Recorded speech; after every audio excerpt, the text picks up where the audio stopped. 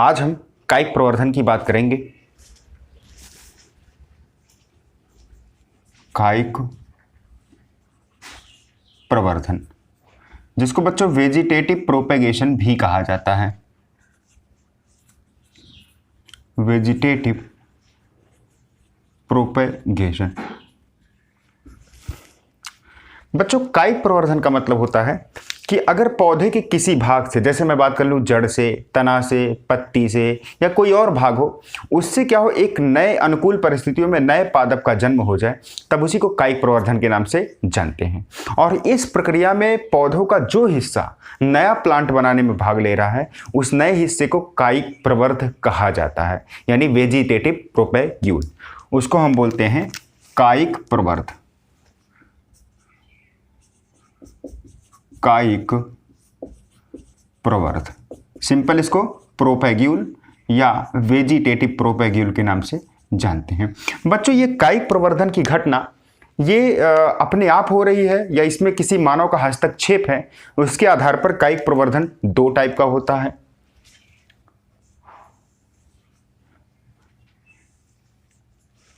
एक होता है प्राकृतिक कायिक प्रवर्धन, यानी नेचुरल, और एक होता है कृत्रिम कायिक प्रवर्धन, यानी आर्टिफिशियल। प्राकृतिक जो होता है ये अपने आप होता है, जैसे पत्ती टूटकर जमीन पर गिर गई, या पत्ती प्लांट में लगा था उसी पर नए पौधे का जन्म होना शुरू हो गया, या उसका स्टेम जो है टूटकर कहीं गिर गया, या उसके स्टेम से नया प्लांट बनना शुरू हो गया, तो वह है प्राकृतिक कायिक प्रवर्धन। लेकिन अगर ये मानव के हस्तक्षेप द्वारा हो रहा है, जैसे मैंने कोई स्टेम काटा और उसको ले जाके कहीं लगा दिया, तो ये सब सारी चीजें कृत्रिम में आती हैं। तो सबसे पहले इनके भी कई टाइप होते हैं, उनको हम जान लेते हैं और एक चार्ट के रूप में रूपरेखा जानने के बाद फिर हम डिटेल स्टडी करते हैं। बच्चों, प्राकृतिक कायिक प्रवर्धन किस किस भाग से होता है? ये होता है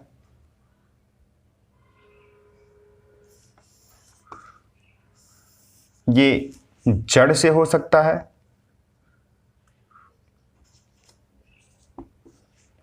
यानी बाय रूट। ये पत्ती से हो सकता है, यानी बाय स्टेम, और ये तना से भी हो सकता है, सॉरी बाय लीफ, और ये तना से हो सकता है बाय स्टेम। और बल्बिल ये भी होता है, बल्बिल, जिसको पत्र प्रकलिका के नाम से जाना जाता है, पत्र प्रकलिका। तो बल्बिल भी हम डिटेल में जानेंगे, बल्बिल है क्या चीज। तना कई टाइप का होता है, वायवीय तने की बात कर लें, वायवीय तना जिसको बोलते हैं एरियल स्टेम। दूसरा होता है भूमिगत तना, जिसको बोलते हैं अंडरग्राउंड स्टेम।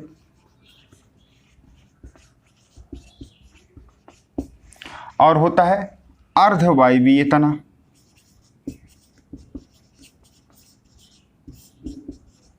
जिसको बोलते हैं सब एरियल स्टेम। बच्चों, वायवीय तना, भूमिगत तना और अर्धवायवीय तना, इसके भी कई टाइप होते हैं, सब टाइप होते हैं, इसका जिक्र कर लेते हैं। अगर मैं बात करूं भूमिगत तने की, तो भूमिगत तने कई प्रकार के होते हैं, जैसे कंद, जिसको हम लोग बोलते हैं ट्यूबर, प्रकंद, जिसको हम लोग बोलते हैं राइजोम, शल्ककंद, जिसको हम लोग बोलते हैं बल्ब, और घनकंद, जिसको हम लोग कहते हैं कॉर्म। वहीं पर बच्चों अर्धवायवीय तना के भी कई प्रकार होते हैं, जैसे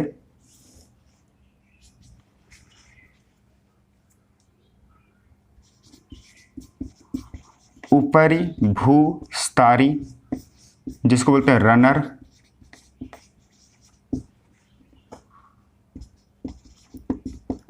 अंतः भूअस्तारी जिसको बोलते हैं शकर,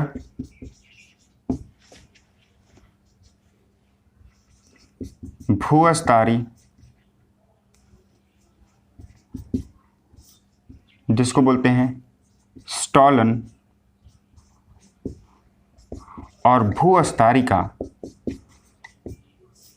जिसको कहते हैं ऑफसेट। बच्चों कृत्रिम कायिक प्रवर्धन की भी कई टाइप होते हैं, टोटल 3 टाइप होते हैं, उसके बारे में जान लेते हैं। पहला होता है कटिंग, दूसरा होता है लेयरिंग, तीसरा होता है ग्राफ्टिंग।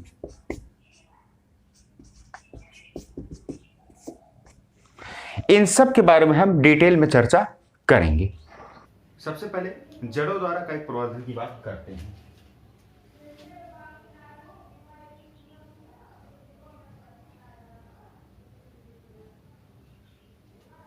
Bye roots. बच्चों जड़ों द्वारा कायिक प्रवर्धन विभिन्न प्रकार के पौधों में पाया जाता है। जैसे इसका एग्जाम्पल बताएं, शीशम जिसको डेलबर्जिया सिसु कहते हैं,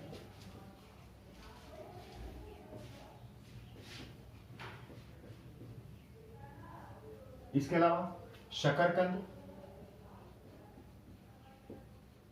जिसको स्वीट पोटैटो या इंग्लिश बॉटनिकल भाषा में इसको आइपोमिया बटाटा कहते हैं।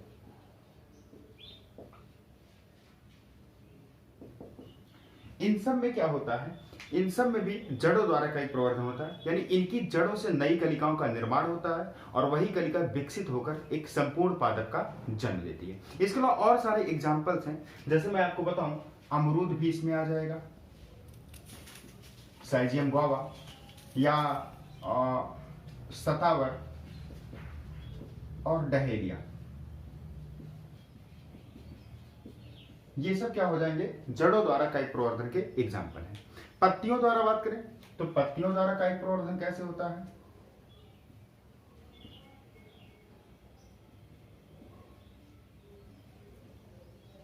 By leaves. इसके कुछ एग्जाम्पल जैसे ब्रायोफिल्लम यानी अजूबा जिसको बोलते हैं ब्रायोफिल्म, और बिगोनिया, ये। अगर मैं अजूबा की पत्ती की बात करूं तो अजूबा की पत्ती कुछ इस तरह से होती है, ये इसका मेन वेन है और इसकी पत्ती समथिंग लाइक दैट इस तरह से होती है। जब अनुकूल परिस्थिति आती है तो इसको बोलते हैं लीफ नॉच, यानी कह सकते हो पत्तियों में जो धसावट वाला स्थान किनारे पर होता है वहां से कुछ ऐसे कलिकाएं निकलनी शुरू कर देती हैं और यही कलिकाएं बाद में विकसित होकर एक नए पौधे को जन्म देती है। इनको लीफ बड कहा जाता है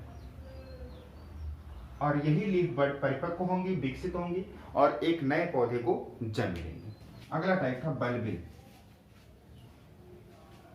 जिसको पत्र प्रकलिका कहते हैं।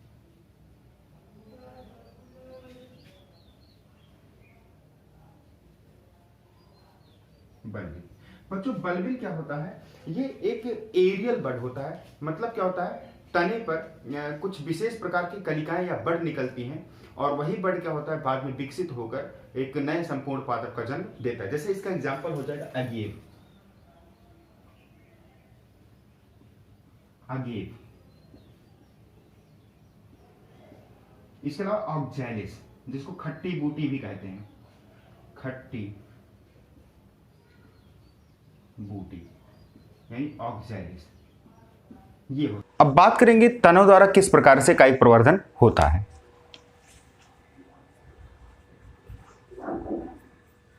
तनों द्वारा बाई स्टेम। बच्चों तने विभिन्न प्रकार के होते हैं, जिसका जिक्र मैंने अभी किया हुआ है चार्ट में, तो पूरा डिटेल मैंने आपको बताया था।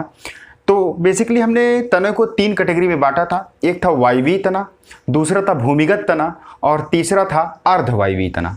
तो सबसे पहले एरियल यानी वायवीय तने की बात करते हैं और उसके सब टाइप की भी बात करते हैं। तो सबसे पहला इसमें आ जाएगा वायवीय तना, जिसको बोलते हैं एरियल स्टेम। इसका एग्जाम्पल हो जाएगा गन्ना, नागफनी। इन सब की बात करें, अगर मैं बच्चों गन्ने की बात कर लूं तो गन्ने में क्या होता है, ये तनों पर देखा जाए तो ऐसे नोड और इंटर नोड पाए जाते हैं और यहीं पर क्या होता है, बड़ भी मौजूद होता है तने पर, इसका बड़, और यहीं से ऐसे रूट भी कुछ निकले हुए होते हैं। तो अगर हम बात करें, इसका ये हिस्सा है इंटर नोड और ये हिस्सा है नोड जहां पर बड़ निकला हुआ है।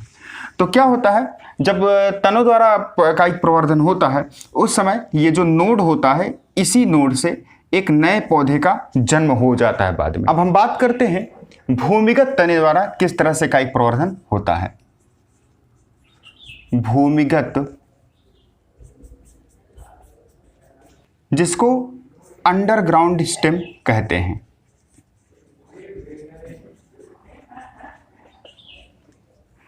बच्चों भूमिगत तने के कई प्रकार होते हैं, सबका जिक्र कर लेते हैं। सबसे पहला जो टाइप होता है इसको बोलते हैं कंद।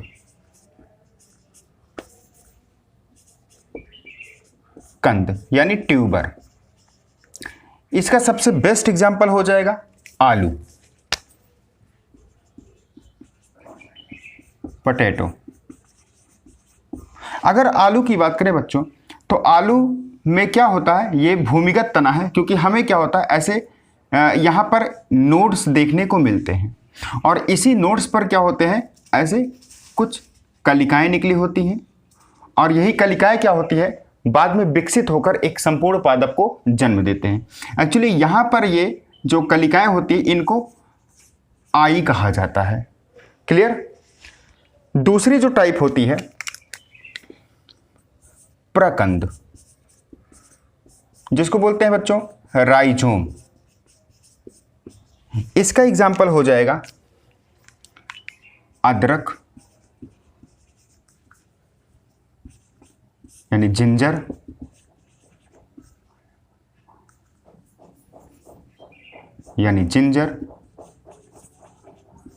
हल्दी यानी टर्मरिक। इसकी भी बात करें तो इसमें कुछ ब्रांचें होती हैं, ऐसे शाखाएं होती हैं। जैसे मैं अदरक या हल्दी की बात कर लूँ तो इस तरह से क्या होती है, इसकी ऐसे अदरक या हल्दी की ऐसे शाखाएं होती हैं और इसमें अगर आप देखेंगे तो ऐसे इसके नोड्स निकले हुए होते हैं और कभी कभी इन नोड से ऐसे जड़ें भी निकली हुई होती हैं। ये इनके नोड्स हैं। यहां से एक नए कलिका का निर्माण होता है जो विकसित होकर संपूर्ण पादप को जन्म देता है। इसके बाद आता है तीसरा शल्ककंद, जिसको बल्ब कहते हैं। बच्चों इसका एग्जाम्पल है प्याज यानी अनियन, लहसुन यानी गार्लिक। ये इसका एग्जाम्पल है। अगर मैं प्याज की बात करूं तो बच्चों प्याज में क्या होता है, इसको यहां दिखाने की कोशिश करते हैं। कुछ इस तरह से बल्ब की तरह इसकी संरचना होती है ऐसे, और यहां पर एक चपटा सा लगभग पीले कलर का संरचना हमको देखने को मिलता है। फ्लैट होता है, चपटा होता है। वास्तव में बच्चे यही क्या होता है, तना होता है। इसको सप्रेस्ड या कंडेंस्ड तना के नाम से भी जानते हैं। यहीं से ऐसे रूट निकले हुए होते हैं और बाकी क्या होता है, यहाँ से इसकी बाहर की तरफ ऐसे पत्तियां निकली होती हैं। हालांकि अगर मैं प्याज की बात करूँ तो प्याज में 2 टाइप की पत्तियां होती हैं। ये जो बल्ब है ये इसको बोलते हैं, यहाँ पे ये जो लीफ होता है इसको बोलते हैं स्केली लीफ, और ऊपर वाला जो ग्रीन होता है इसको बोलते हैं फोलियर लीफ, और ये इसका तना है जिसको कंडेंस्ड स्टेम बोलते हैं। कंडेंस्ड स्टेम यानी संघनित तना, और ये इसका रूट है। तो इस तने से भी क्या होता है, एक नए पौधे का जन्म होता है। चौथी बात करें जिसको बोलते हैं घन कंद यानी कॉर्म कहा जाता है। इसका एग्जाम्पल हो जाएगा सूरन, जिसको जमी कंद के नाम से भी जानते हैं, जिमी कंद या जमी कंद, और क्रोकस। क्रोकस क्रोकस बच्चे सैफ्रॉन को बोलते हैं, मतलब केसर, सैफ्रॉन। इसमें भी क्या होता है, ये अनब्रांच्ड तने होते हैं, मतलब इसमें ब्रांचें नहीं निकली होती हैं। तो कुछ इस तरह से ये सूरन की बात करें ऐसी संरचना होती है, और यहीं पर क्या होता है, इसका नोड्स और इंटरनोड आपको देखने को मिलेंगे, और यहीं पर कभी कभी आप देखेंगे आपको यहाँ बड मिलेगा देखने को। तो यही बड क्या होगा, विकसित होगा और एक नए पौधे को जन्म देगा। अब बात करते हैं अर्धवायवीय तने की। तीसरा है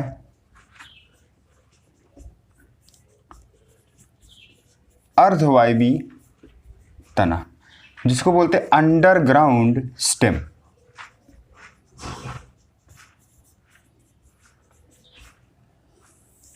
बच्चों इसके भी कई प्रकार होते हैं, सबकी चर्चा हम कर लेते हैं। जैसे सबसे पहला इसका जो प्रकार होता है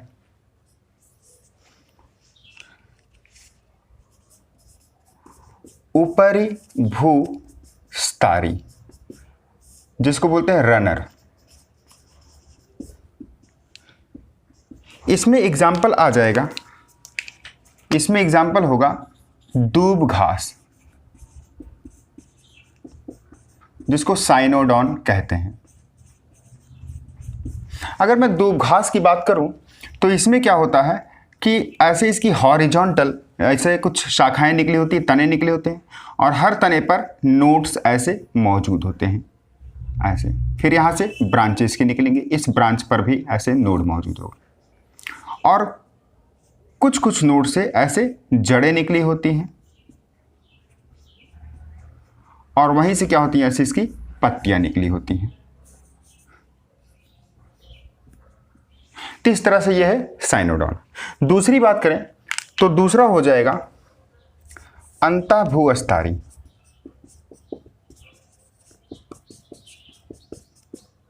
जिसको सकर कहते हैं। इसका एग्जाम्पल हो जाएगा क्राइजैंथमम,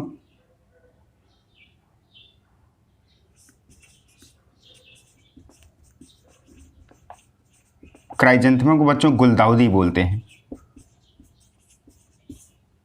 गुलदाउदी, और पुदीना यानी मिंट, मिंट ये एग्जाम्पल हो जाएगा। इसमें क्या होता है कि इसमें जैसे इस प्रकार के तने में कुछ तने ऐसे हॉरिजॉन्टली जमीन के ऊपर ऐसे चलेंगे, और फिर क्या हो जाएंगे, ये अंडरग्राउंड हो जाएंगे। फिर कुछ देर जमीन पर चलेंगे, फिर अंडरग्राउंड, फिर कुछ दूर ऐसे चलने के बाद अंडरग्राउंड, और यहीं पर क्या होता है, इनके ब्रांचें या नोड्स और इंटरनोड होती हैं, और यहीं पर जड़ें निकली हुई होती हैं। इसके ये एग्जाम्पल है। तीसरी बात करें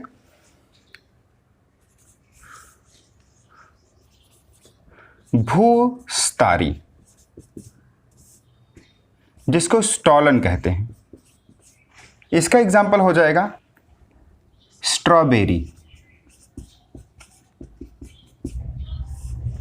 बच्चों इसमें क्या होगा, इसमें जस्ट इसी का अपोजिट होगा। इसमें तने जमीन की सतह पर चलेंगी नोड और इंटरनोड के साथ, फिर थोड़ा सा जमीन की सतह से ऊपर उठ जाएंगी, फिर चलेंगी, फिर ऐसे कुछ इस तरह से इनका पैटर्न होता है, और यहां से इनकी जड़ें निकली हुई होती हैं।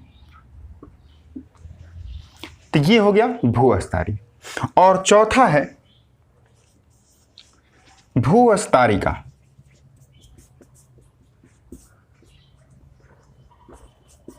भूस्तरिका, जिसको ऑफसेट बोलते हैं। इसका एग्जाम्पल हो जाएगा आइकॉर्निया यानी जलकुंभी, जलकुंभी,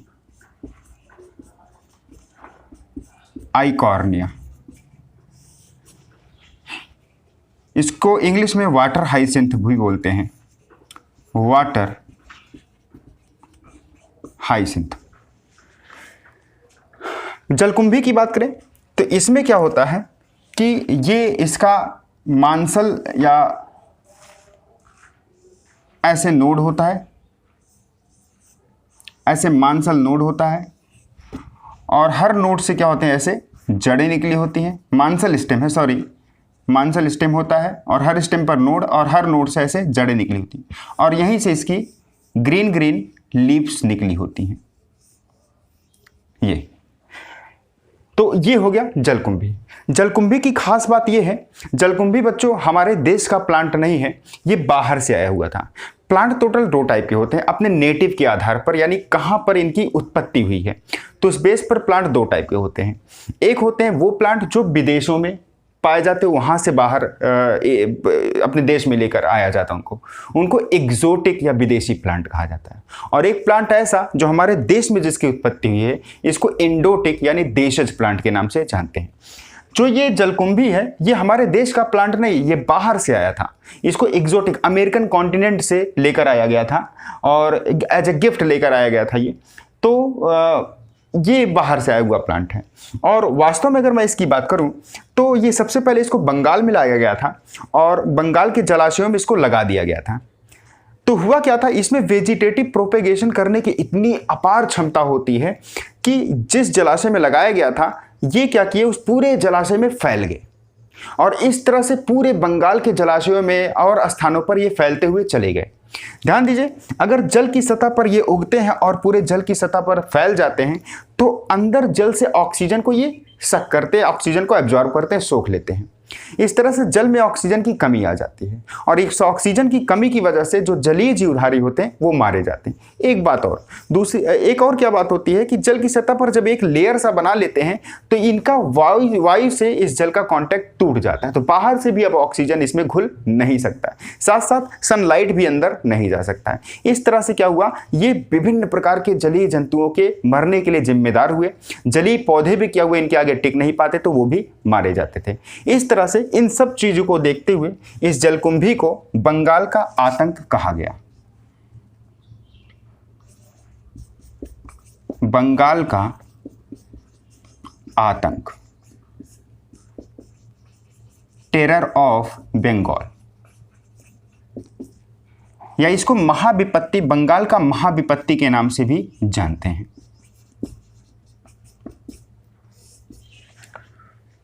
क्लियर हो गई बातें? इसका कारण क्या है कि भारत में कह सकते हो इसको जब लाया गया तो ये इतनी तेजी से फैलने क्यों लगा, इसके पीछे क्या तर्क है? तो इसका रीजन ये है बच्चों, हर कोई प्लांट क्या होता है, इसका कोई ना कोई पैरासाइट होता है। तो विदेश से जब इसको लाया गया था तो ये तो आ गया बट इसका पैरासाइट नहीं आया। पैरासाइट क्या होता है, इसी के ऊपर ग्रो करता है और इसके कुछ भागों को खाता है, जिससे ये क्या होता है, इसकी संख्या लिमिट बनी रहती है। तो जब यहाँ आ गया तो इसका पैरासाइट नहीं आया तो ये तेजी से बढ़ना शुरू किया, इस पर कोई रोक ना था ना कोई टोक था। इस तरह से ये फैलता चला गया और तरह तरह के नुकसान पहुंचाना शुरू कर दिया। हमारी कायिक प्रवर्धन की दूसरी विधि है कृत्रिम कायिक प्रवर्धन।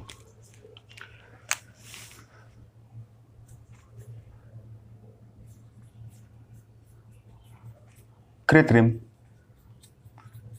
कायिक प्रवर्धन, जिसको बोलते हैं आर्टिफिशियल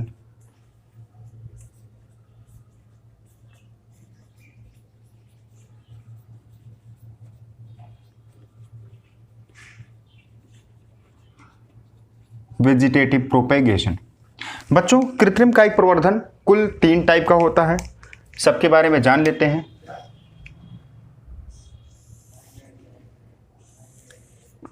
पहला होता है कटिंग,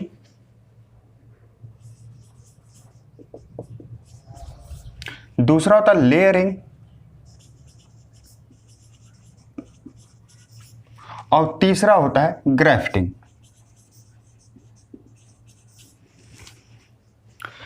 ग्राफ्टिंग को रोपड़ भी कहते हैं। बच्चों कटिंग इसका एग्जाम्पल हो जाएगा। इसमें क्या करते हैं, सबसे पहले जान लेते हैं क्या करते हैं इसमें हम किसी भी प्लांट के तने को लेते हैं और उस तने को क्या कर देते हैं, थोड़ा सा स्लैंट यानी तिरछा कट कर देते हैं, और कट करने के बाद तने को किसी उपजाऊ भूमि में लगा देते हैं, और बाद में वो विकसित होकर पूरे संपूर्ण पादप का निर्माण कर देता है। आवश्यकता पड़ने पर इसमें हम कुछ हार्मोनों का भी यूज करते हैं, जैसे ऑक्सीजन हार्मोन, इन सब का यूज हम करते हैं। इसका एग्जाम्पल हो जाएगा कटिंग का। एग्जाम्पल इसमें लेमन यानी नींबू, रोज, मैंगो, ग्वावा एंड लीची। इसमें क्या करेंगे, हमने जैसे बताया कि ये तना है, इस तने को ऐसे तिरछा कट कर लेंगे, ये मैंने कट कर लिया। अब इसको क्या करेंगे, ये इसकी पत्तियां बना देते हैं, इसको किसी जमीन में ले जाकर ऐसे लगा देंगे, तो विकसित होकर संपूर्ण पादप का ये निर्माण कर देगा। बच्चों वहीं पर अगर लेयरिंग की बात करें तो लेयरिंग में क्या करते हैं, इसका पहले एग्जाम्पल हम देख लेते हैं किस में किया जाता है। इसका एग्जाम्पल हो जाएगा लेयरिंग का लेमन, रोज, जैस्मिन, ये हो जाएगा लेयरिंग का एग्जाम्पल। इसमें क्या होता है देखा जाए, जो कह सकते हो कि नाजुक तने वाले प्लांट होते हैं, जैसे जैस्मिन की बात करूं तो ये मान लेते हैं जैस्मिन का ऐसे प्लांट है, ये इसका प्लांट है और इसके ये तने निकले हुए हैं। तो क्या करेंगे, इस तने को खींचकर जमीन के नीचे क्या कर देंगे, दबा देंगे। इस तरह से ये मान लेते तने हैं, इसको मैंने खींचा और खींच कर क्या कर दिया, ऐसे जमीन के नीचे ऐसे दबा दिया, ये इस तरह से, ये इसकी पत्तियां हैं ये।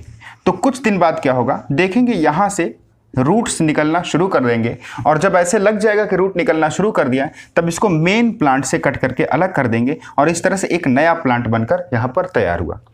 क्या होता है कि बहुत सारे ऐसे प्लांट होते हैं जिसके तने कमज़ोर नहीं होते हैं, नाजुक नहीं होते, बल्कि बहुत हार्ड होते हैं, तब उस समय ये तरीका फेल हो जाता है। उसके लिए हम दूसरा तरीका क्या अपनाते हैं, उसमें क्या करते हैं कि जैसे मान लेते हैं ये प्लांट है ये, और इस प्लांट का ये स्टेम है, स्टेम, ये स्टेम है। तो करते क्या है कि इसका जो बार्क होता है, छाल यानी अंदर का जो वैस्कुलर बंडल होता है, उस वैस्कुलर बंडल को छोड़कर उसके बाहर की सभी परतें हम काट लेते हैं और कट कर देते हैं कुछ इस तरीके से।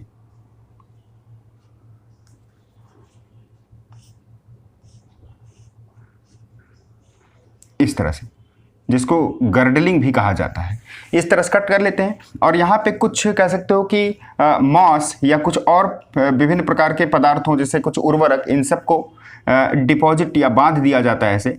मॉस को इसलिए लगाते हैं क्योंकि मॉस में क्या होता है, वाटर होल्डिंग कैपेसिटी ज़्यादा होती है, यानी पानी को क्या कर सकता है, काफ़ी देर तक सोखे रह सकता है। तो इस तरह से यहाँ पर पानी की कमी नहीं आने देगा। कुछ दिन बाद इस एरिया से रूट निकलना शुरू कर देता है, फिर इसको यहाँ से कट करके और लगा देते हैं। तो इस तरह से इस विधि को कहा जाता है एयर लेयरिंग। इस विधि को कहते हैं एयर लेयरिंग। एयर लेयरिंग क्यों?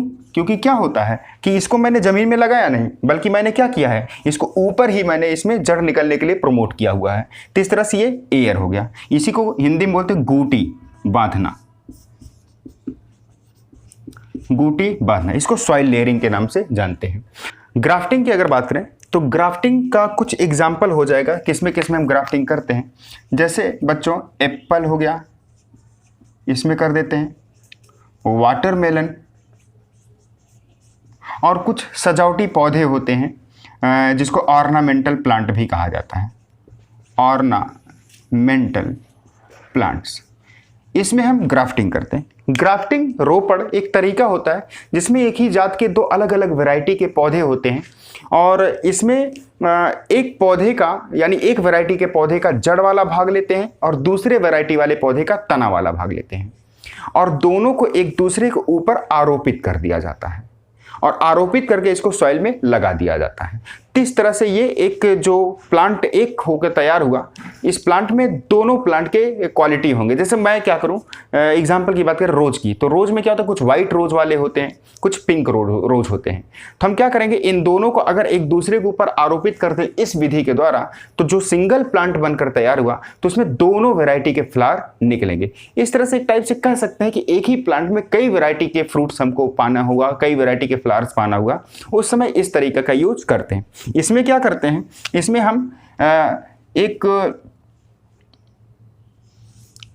प्लांट सेम वैरायटी का जिसका रूट वाला हिस्सा होता है उसको लेते हैं, और इस भाग को कहते हैं, जो रूट वाला हिस्सा है इसको बोलते हैं स्टॉक, और इसी के ऊपर एक तने वाला भाग लेते हैं, ये तने वाला भाग है, ये इस तने वाले भाग को बोलते हैं सियॉन, ये तने वाला भाग है। इस तरह से इसको हम कुछ इस तरह से कट करते हैं जिससे दोनों एक दूसरे के ऊपर आराम से फिट बैठ जाए। तो इस तरह से करने के बाद इनको बांध देते हैं मॉस या किसी और चीज़ को यहाँ पर लगाकर। इस तरह से ये हमारा हुआ ग्राफ्टिंग। ग्राफ्टिंग मतलब आरोपण, एक दूसरे के ऊपर मैंने क्या कर दिया, रोपित कर दिया। ये सिंगल प्लांट तैयार हुआ और इस प्लांट में दोनों के वैरायटी होंगे। Is that clear? तो इस तरह से क्या हुआ, हमारा काई प्रवर्धन खत्म हुआ।